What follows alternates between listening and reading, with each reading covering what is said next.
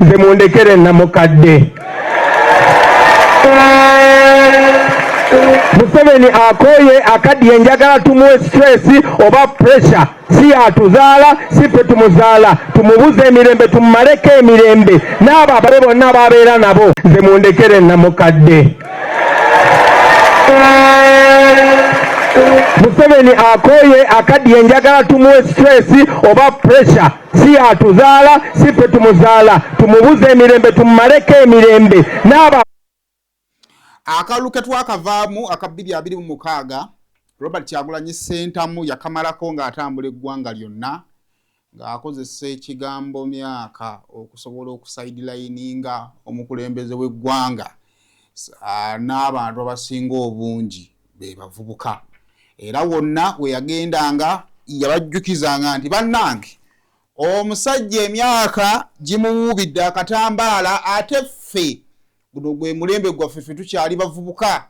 Era bw'atyo yagendanga mu maaso okubeera nga abasabanga abagamba bannaye nammwe mutunule mu bintu mubyetegereze.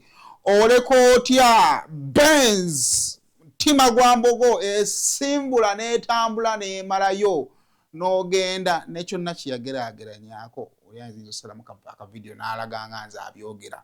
Era bw'atyo yagendanga mu maaso okukakasa abavubuka nti ekisooka obukulembeze obuliwo bukulemberwa abantu abatabategeera, abatabamanyi, abatali bamanya.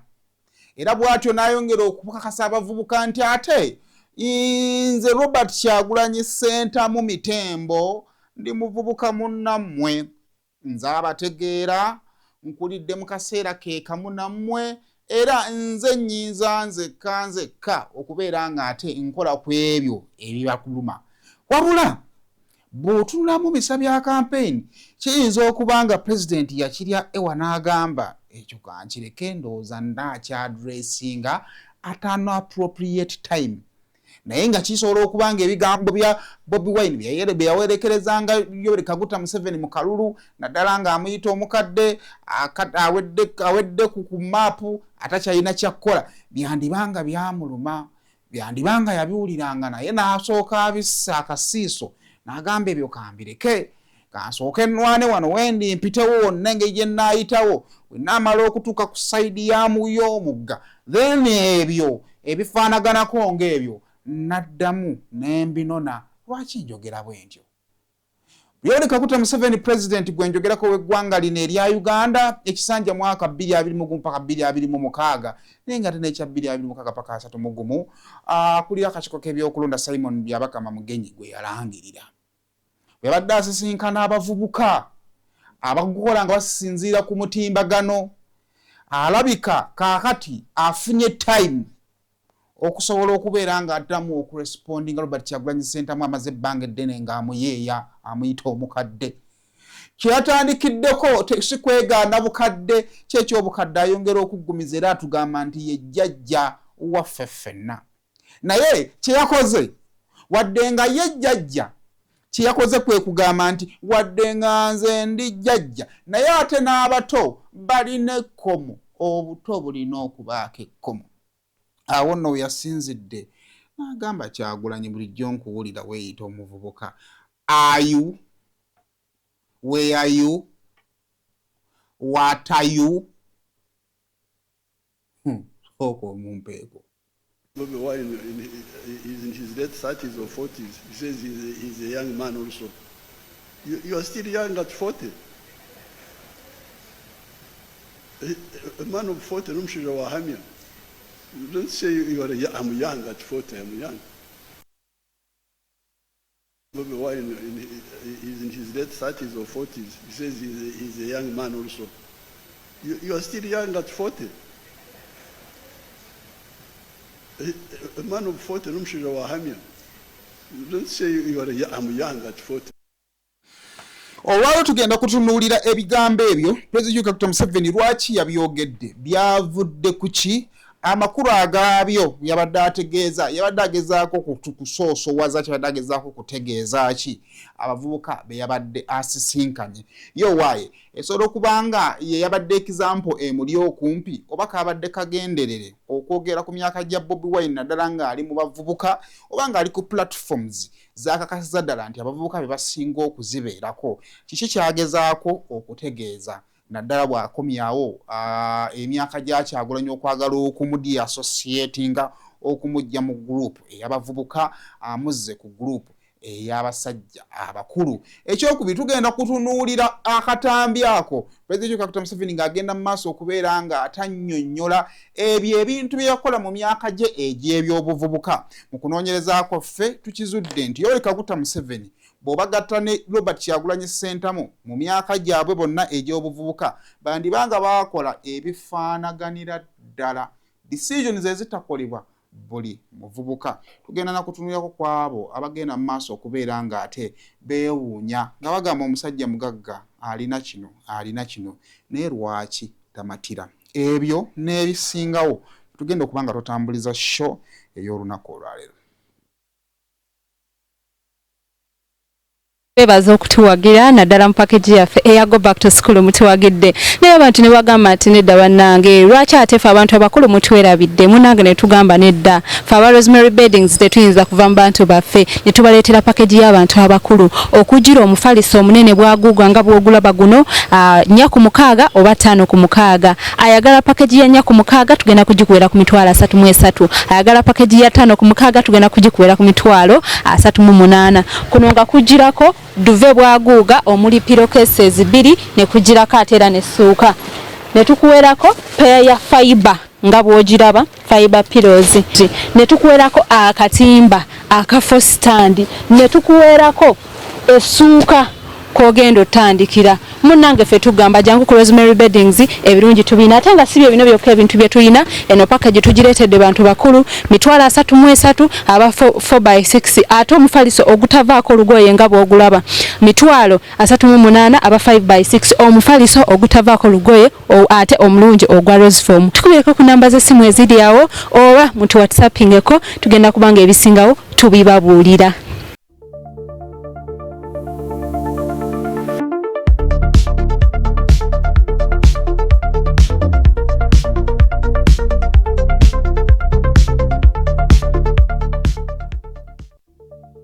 Wonderful. Kusema official na josinziro kubanga toto twagala kubanga tukwebaza episode ya esookedde ddala eya wano nga tutudde mu mwezi guno wala kubanga ate kwoli wala kubanga toto twegasseeko. Thank you so much for subscribing. Tukwebaliza ddala okubeera nga toto tugasseeko ennamba yo. Tusaba Katonda atusobola okutuwa omukisa n'amagezi okusobola okubanga ate subscription eyo gisigaza ate oyagalise n'abalala okubeera nga ate basubscribinga. Yongera okulikinga video eno bw'ogirayikinga ogenda kuba ogiwadde amaanyi okutambulira ddala okudduka speed ey'ekizungirizi ate esobola okutuuka ku oyo gw'erina okuba nga ate etuukako. Bw'okomentinga ekirowoozo kyo tusobola ddala okuba nga ate kifuna kubanga mu birowoozo byammwe tuzimbiramu endowooza ez'amaanyi ate ku broadcast zaffe eziddako ne tubigattamu. Olwo nno shows nezongerera ddala ate okunyuma bw'otulabira ddala ebbanga eriwererako ddala awo nno oba omaliriza okubanga ebintu byonna ennyingo zaffe 3 eza commentinga likinga ate raba okumala ebbanga ddene nnyo poze yandibadde eyokuna eya subscribers so nawe atulaba omulundi ogusooka please do subscribe tukkiriza nti eno channel otuukidde ddala ewaka. Twagala kwebaza nno mikwano gyaffe abateekamu akasente tukusaba nabo obeere nga tobawagira bannaffe aba Millennial Logistics batikka bintu babijja China. Yes, embeera gye tulimu eyinza okubanga yakusindikagana naye Millennial Logistics tujja bbanga tubimaliriza ku musuubuzi nga olina ebyamaguzi byo bikyali China awo onoonya omuntu omwesimbu asobola okubanga atabikutikkira Millennial Logistics. Ate nebintu nebyo babitaataaganya musinnamanya route ye China oba eri affected in one or the other naye jjukira ne China is Asia. So kyemmanyi nabo bakozesa route eyo eya kyondo kya Buwarabu naye ate era tusobola okubayambako ebintu bya mubitereka. Yes, kati oyinza okubanga emaali eri awo tumanyi watuufu wagiteeka tukubire Millennial Logistics ffenna ne tunaafuluma mwene embeera ebintu tujja kusigala nga tubikukwasaganyiza bulungi bisobole okubanga ate bikutuukako. Kale awo wenyini wengenda okubanga ntandikira lw'olutalo lukyagenda mu maaso eggwanga lya Amerika likyagenda ddala mu maaso okubanga lisesebbula erya Iran nga beegasse wamu ne bannaffe aba Isirairi.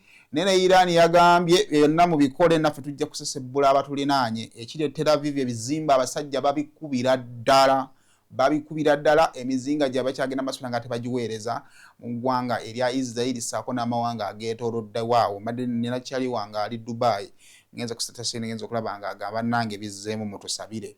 So bakyagenda ddala mu maaso kugira nga tebaweereza ebizuka mu mawanga ageetoolodde. Jjukira eggwanga lya Amerika eryo lirina bases mu mawanga agasinga mu kyondo kya Buwarabu awo.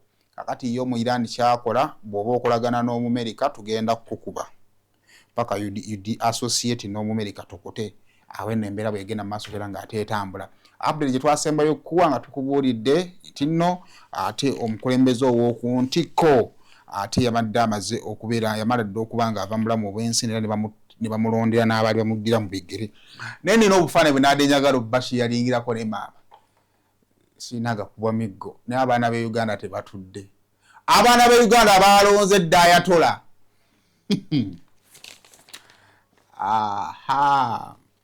Balonze Dayatola. Naye kale kakati some of the things naddala for olutalo lutukwatirako weyeetaaga okumanya challenge eyinza okuba nga eyingiddewo y'ebbeeyi y'amafuta okusinziira ku bannaffe abadiringa obutereevu n'amafuta bagamba nti nno omuwendo gw'ebbeeyi y'amafuta gweyongeddeko ebitundu 13 ku buli 100 era nga kirowoozebwa nti mu bbanga ttono nnyo ku liita y'amafuta ebbeeyi gy'ogigula kati eyinza okweyongeeramu ddala nusu 10 eza Uganda for now. Naye okusinziira ku bannaffe aba Uganda National Oil Company era nga bebavunaanyizibwa okuba nga batambuza amafuta bategeezezzaako nti enteekateeka bakyagenda mu maaso era nga ate bagyekkaanya batunuulira okulaba engeri olutalo gye lutambulamu. Naye okusinziira ku update gye baatuwadde batutegeezezzaako nti at least ekyombo ekitambuza amafuta okugaleeta mu ggwanga erya Uganda ekyabadde kimaze okuyita it was already out of danger. That means kyali kimaze okuva mu kyondo kya Buwarabu so kyo kyolekera. So kitegeeza nti in the next 2 weeks or 3 Uganda yejja kubanga ekyamafuta ekyagalina kakati amafuta agayinza okutuwanira okuva mu weeks ezo okweyongerayo Uganda bweyina okubeera nga ate egenda mu maaso okubeera nga ate etunulamu. Naye otunako katale k'ensi yonna ekitongole ekimanyiddwa nga Bent Crude Oil Company era nga kino ekitongole kitambuza kidistributing amafuta ga refined over 70% mu nsi yonna batutegeezezzaako nti ne bbeeyi ya balo luli balo y'amafuta ebadde ku $6 naye okusinziira ebadde etambula wakati wa $6.3 ne $7 ze mitwalo nga 22,15 n'omusobyo ku mitwalo 25. Kakati balo yadduse n'egenda paka ku $8 gye mitwalo 29. Now the question is omuwendo gwa balo gye gunaagenda mu maaso okubeera nga ate gwediima emikisa mingi nti ne Uganda amafuta gayinza okumaliriza nga galinnye ebbeeyi lwansonga nti kati abagalina bajja kumaliriza nga bagongezza. So that is an update olutalo ku Uganda. Mpozi n'ekira kye twetaaga okumanya oluvannyuma lw'okubaluka olw'olutalo mu ggwanga erya Iran. Jjukira eggwanga lya Uganda eryo birina enkolagana eggwanga erya Iran. Era ojjukira nti nno ne yali president wa Iran ono Mohamud gwe yaddira mu bigere yafiira mu kabenje kanyonyi ng'ava mu Uganda. Kakati eggwanga erya Iran lyawa eggwanga erya Uganda bursaries okubeera nga ate abaana kuva mu Uganda basomera Iran. Kakati tulinayo abayizi abasomera mu ggwanga erya Iran, tulinayo n'abantu abakakalabizayo emirimu gyabwe. Kyokka ate mu kyondo kya Buwarabu abantu bangi nnyo nammwe abamu ku banda bamusinziire either Saudi Arabia, either UAE oba Kuwait oba Bahrain, amawanga gonna ageetoolodde mu kyondo kya Buwarabu abaana Uganda bangi bakolerayo. Kakati Ministry ya Foreign Affairs yavuddeyo n'ekola okulabula era mbadde nsaba mu kuwulirize. Okusinziira ku kiwandiiko ekyafulumya ennaku z'omwezi 28 February eggwanga lyennyini lya Amerika lwe lyatandikira ddala okukola ennumba. Ekisooka basaba bannayuganda abasobola okuba nga ate bafuluma Iran bagifulume bunnambiro era ebimu ku bifo ebyabaweebwa musobola okuba nga ate mulaga ye Turkey. Awo nno ne bategeeza mmwe abawulira nti nno temusobola kufusoguka kufuluma Iran ne babategeeza nti bane temuva mu mayumba gammwe. At least bw'obeera mu nnyumba kikuyambako okuwonaawonako okusinga okubeera ebweru ne bajja okukubira emizinga. waba ne bakusaba nti mu mbeera eyo ng'egenda mu maaso mugende mu maaso okubeera ng'ate muwuliziganya n'abakulembeze bammwe mu communities zammwe okusobola okumanya amawulire amatuufu agali mu kutambula. Okategedde bulungi eyo nsonga nkulu nnyo. Era okwo ne bategeezaako mwenna abayetoolodde mu kyondo kya Buwalabu nammwe eyo advice ebakwatako. Kaakati mwabaagala okutambula either oyagala kukoma waka oba oyagala kufulumamu ng'ogenda mu bitundu bya kyondo kya Buwalabu, ekisooka flights ezisinga zaayimiriziddwa. Emirates tekyakola. Waliwo ne bayizambi ba Uganda abadde stranded eyo mu Alexandria mu Egypt. Bazanyi ba basketball bali bagenda kuzanya qualifiers Africa Cup. Balinnya Emirates nga Emirates connectinga mu either connectinga mu Uganda. Kajuka Emirates kyasobola connectinga yo ekitegeeza emirimu gyali girina okuyimirira. Balina okuva Alexandria badde Cairo basobola okufuna Egyptian Air ebakomyewo e Kampala. So bakutegeeza nti please oteekamu ssente zo tobookinga tiketi essaawa zino zijja kufiirayo. Nammwe abaagala okukola travels abaagala okugenda ku honeymoon ku Burj Khalifa bajja kukubira ekizungirizi ku Burj Khalifa baby. Si mu mbeerayo nga temwambadde. Kakati eyo nsonga nkulu nnyo. Naye okusinziira ku mukulu amanyiddwa nga Bagiire Wayiswa era nga ye PS wa Foreign Affairs ategeezezza nti nno Uganda ekyagenda mu maaso okubeera nga ate eyambako ku bannayuganda abawangalira mu bitundu ebye Iran era nga osobola okuba nga ate ofuna amagezi engeri gy'otuuka ku kitebe kya Uganda mu Tehran then ne balaba engeri gye basobola okuba nga ate bakuyambamu. Egwo nno si gwe mulundi gwokka gwe bakikoze. Ngenda kusomeza 25 ndowooza yali June 2025 gye twakaveeyo. Jjukira luno olutalo luzzeemu buzzi. Jjukira eggwanga luli erya Israel lyali likoze olulumba ku Iran. Era bwe batyo bannayuganda eggwanga lya Uganda lyasobola okubeera ng'ate likwataganyiza wamu n'amawanga ageetoolodde Iran bamaliza okuba nga bakomyawo bannayuganda. So guno gujja bba mulundi mulala okusobola okubeera ng'ate ekyo eggwanga lya Uganda kirikola. Ebyo nno ndowoozezza nti no mubyetaaga particularly mu nsonga eno gye tukola ki gye tulimu musigale mu mayumba oba muve banne so kusigala mu nyumba ng'ebizungirizi bivuga muzinga bwe gukuba. Kale awo ndo tuvuddewo. Kaakati njagala tugende ku kinyusi ky'olunaku olwaleero. Vidiyo gye ntandise nayo President Museveni bwe yabadde asisinkana ba bloggers abakolera emirimu gyabwe ku mutimbagano yabadde kisoze eyo gye yasinzidde n'agoba Robert Kyagulanyi Ssentamu mu buvubuka. Robert Kyagulanyi Ssentamu ono yandibanga abadde amaze ebbanga ddene nga yeesiba mu bavubuka nga Yoweri Kaguta Museveni kimuluma. Ko ye ow'ebbanga bw'otawemuwemukira teweebikka n'amugamba musajja tokyali muvubuka. Late 30 ale 40s toba tokyali muvubuka oba musajja awedde emirimu. Lekeraawo Okweyita mu bavubuka nayo abufuzi. So go back to President Museveni. When I was 22 years old, that was Victoria there. My first salary as a teacher, when I taught as a temporary teacher, I went and bought Victoria.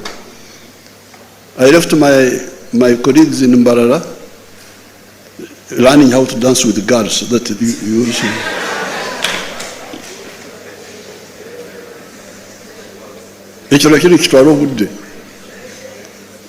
I went and bought Victoria. It was in the bush. What I've been telling you in the elections. Enjawulo eri wakati wa enkulaakulana n'obugagga. The difference between development and wealth. I knew that yes, by that time there was already a tarmac road in Mbarara, but in Victoria there was a bush, no road, no what. But there was obugagga there, pasture for my cows. So I bought that land. When I bought this land here in 1990, this was bush. By this time I was no longer, I was in my 40s now, that time. I see Bobi Wine, he's in his late 30s or 40s. He says he's a young man also. You are still young at 40. A man of 40, you don't say I'm young at 40, I'm young. By this time I was no longer, but it was Bush. So, what Mama was telling you, you need eyes to see substance, not aberrations, just the mirages. Bw'otula ebigambo by'omukulembeze w'eggwanga ekisooka emboozi eyo gyetandikira agezaako okukubira abavubuka torch on how to make an investments ezitali za bulijjo. Agezaako okukulaga nti nno by the time we yagulira ekisozi yali muvubuka muto. Yaveerwa ndoze lwakitwa gye yagulanga muto ekisozi. One of the two ng'abyogedde awo. Naye nti yaleka banne nga bali mu mabaala bali mu kunyiga bakyala. N'akola investment omuvubuka gy'atandikoze. N'agenda n'agula ettaka. Nga waagula teri bantu kisiko kyereere. Ojasanga nga abavubuka abasinga bonna bw'aba n'akola investment ayagala kuteeka ssente awo buli omu waalaba. Era omuvubuka n'omugamba nti kakati oba ofunye obukadde 50 ogulawa agamba nti bwe ŋŋenda ekyanja basobola okuntemera 5 ku 10 awo njagala okuzima nange nteeka apartment yange. Kategeera bulungi naye yakulaga nti nno kati waatudde ffe bwe tutuula bannayuganda tugamba omusajja Museveni bannange ng'alina ettaka eddene. Ettaka eryo yalifuna atya? Yaligula mu kaseera nga teri alyegomba. Kati nga kyagezaako okusiigira abavubuka nti bw'oba oyagala okufuna obugagga obunaawangaala olina okuinvestinga ssente zo abantu bonna abantu abasinga bwe balabanga awatazza magoba, but after some time awantu awo we wagenda ensi bw'egenda ekyuka ate ogenda okulaba nga luli abaali bakusekerera nti oguze mu kyalo nga nabo bazze baagala kufuna poloti ku kyalo ekyo. Ne mu kaseera bajjira ku kyalo ekyo ng'omuwendo n'ebbeeyi eduumuuse nga tebakyasobola kugulawo. Now bw'amaliriza ebyo n'akulaga nti ettaka eryokubiri yagula yaligula mu myaka 4. Awo Bobi Wine wajjiramu n'agamba nti bulijjo mulaba yeeyita muvubuka, nze bwe nagulira ettaka nali musajja mukulu. Obeera ow'emyaka egyo obeera muvubuka, obeera musajja mukulu. But ebigambo bya Yoweri Kaguta Museveni bw'obikwata bituulira ddala mu bulamu bwa Robert Kyagulanyi Ssentamu. Kubanga ebyobugaggayo byonna ebimubalirwa yabigulira mu kaseera abanne bonna be yali atambula nabo bwe baali tebasobola kukola those investments. Nina ka video ke mbadde njagala obbazannyira okukomawo wano okutematema ebigambo by'omukulembeze w'eggwanga. So kompeka video ka Eddie Kenzo bwakutemera ebyobugagga Robert Kyagulanyi Ssentamu byalina. Bw'oba oli mupya mu Uganda oyinza okulowooza nti yabiguze jjo ng'ayengedde ebyobufuzi. Naye ebyobugagga byonna Eddie Kenzo nga bw'abitemaatema bituulira ddala mu bigambo bya Yoweri Kaguta Museveni byebadde agezaako okwagazisa abavubuka bano nti ssente zo bw'oba oyagala zikule naawe otandika okuzirabako. Tandika okuinvestinga awo abalala bataagala kuinvestinga. Nze ekisozi nnagulayo ng'abalala tebaagala kugulayo, kati nawo essaawa zino ettaka lyange balyegomba. Lwakitula nnagulayo ng'abalala beegombayo. The same things that apply to Robert Kyagulanyi Ssentamu. So kompe ku Eddie Kenzo.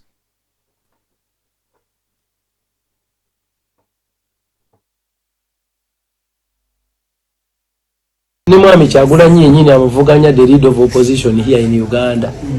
Alina ettaka Busabala buli eka ya $8,000,000. Alina over 10 acres plus. Ewe jasule Wangere buli ali ku eka 7. Buli eka eri mu $1,600,000 plus. Alina amaato ku nnyanja. Azadde akuzizza kati asomesa ne mu university naye agamba si musanyufu. Kinzani.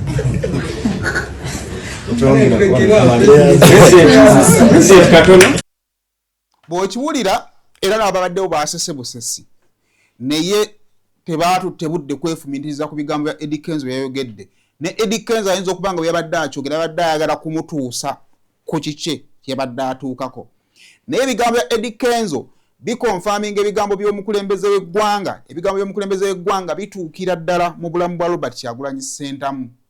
Kaakati lwaki mbigasse bwe ntyo? Bw'oba oyagala omuvubuka mu Uganda agaggawala ebyaddala olina kutwala ebigambo bya mukulembeze w'eggwanga byakugambye. You need to invest smart. Olina okukwata ssente zo ziteeke awo awantu abalala bonna bwe babuusa amaaso. Ate ebigambo ebyo si yasooso byogera ne Bakaluba yabyogera. Omuvubuka kwata ssente zo genda eyo Empigi mu kyalo gulayo yeeka za 20 gatereke nga President Museveni bwe yakola.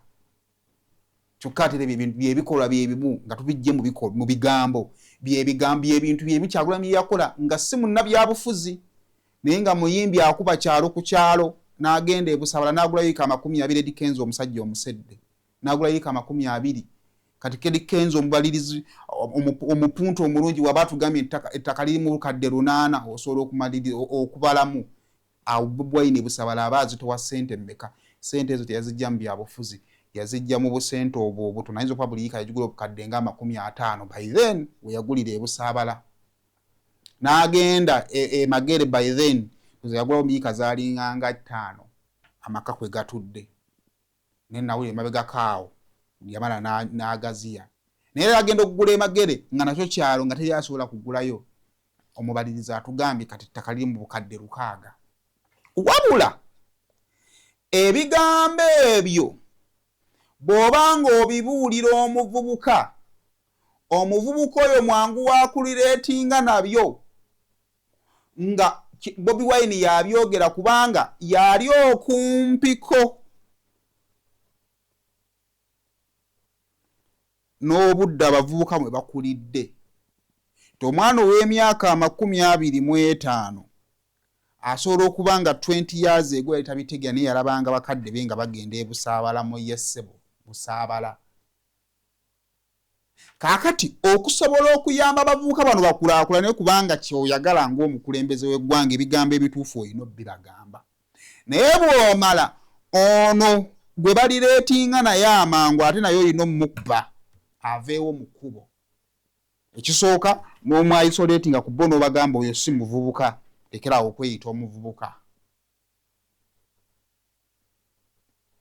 Naye nga kiyinza okubeera ekizibu okumwayisoleetinga nabo kubanga n'ebigambo by'okozesa okwagala okukulaakulanya abavubuka bano ate era ono omuvubuka akuvuganya ku ntebe ennene ey'obukulembeze bw'eggwanga ate ebigambo ebyo bye bimu bituukira butereevu mu bulamu bwe.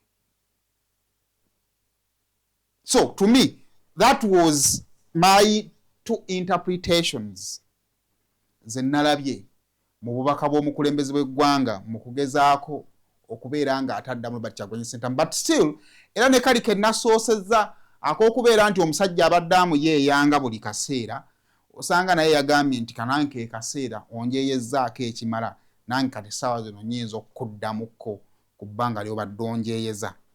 So ebyo bijaawo naye nga tukyagenda mu maaso okwetegereza ensonga nga bw'etambula. Naawe akayo sigenda kuba kawanvu nawe nziruka naye nga mmaliriza waliwo mutabani wa Idi Amin amanyiddwa nga Lumumba Amin.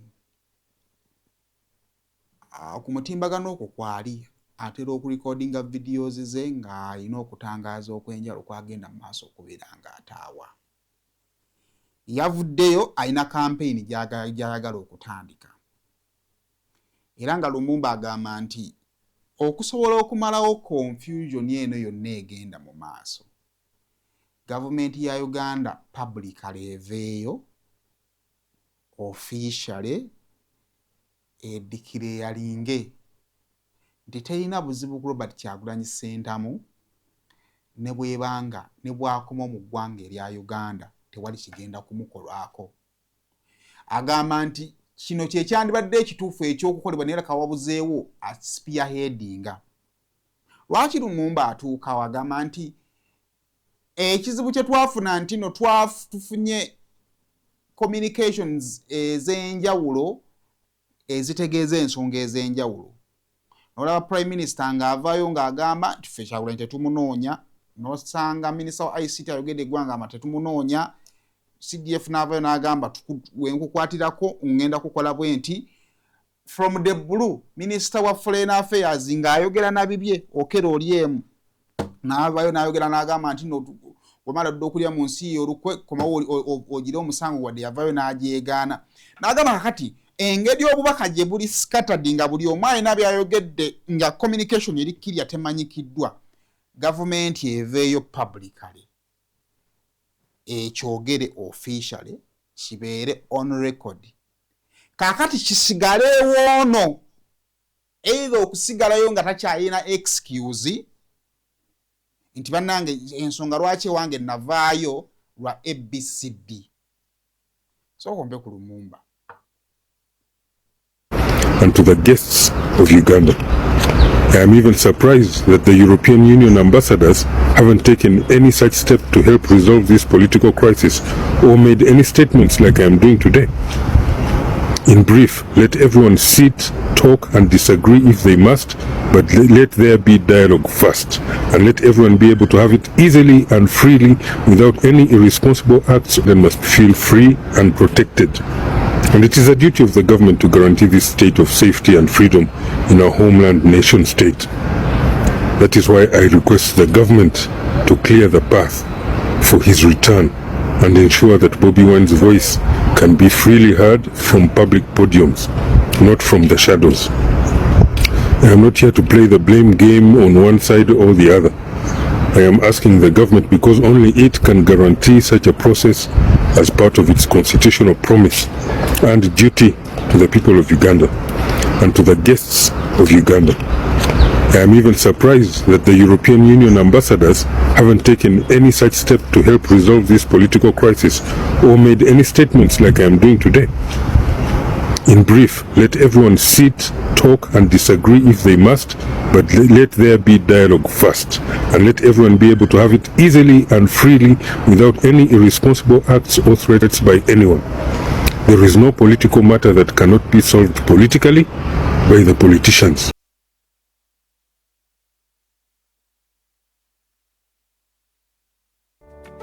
Musuubuzi munnange nawe walina ekirooto ky'okusuubulako e Dubai nenessanyu okukwanjulira banno ba Clarion Integrated Logistics Solutions abeesigika era abeesimbu mu kutambuza ebyamaguzi by'okuva e Dubai paka e Kampala e Uganda nga biyita ku mazzi oba konnyonyi ku bbeeyi ejja mu nsawo yo. Twesige ku Clarion tukuyambeko okutuuka wotosobola kutuuka mu bwangu nga kagayise ku mazzi atwala ennaku 18 zokka ate eyakago atwala ennaku 3 zokka okutuukako ku woofiisi yo. Tusangibwa ku Diamond Trust Building omwaliiro gw'okuna akasenge 411. Kati osobola okukola oda y'obutereevu ng'oyogerako ne Nankabirwa Siteera ku +971 582 58 79 oba ku WhatsApp ku +256 756 846 772 oba jangu butereevu ku ofiisi zaffe ezisangibwa ku Hamri Airport Edeira mu Dubai ku gate namba 8. Clarion lw'okusaabaza ebyamaguzi byo mu bwesimbu okuva e Dubai paka e Kampala e Uganda mu nnaku 18 zokka.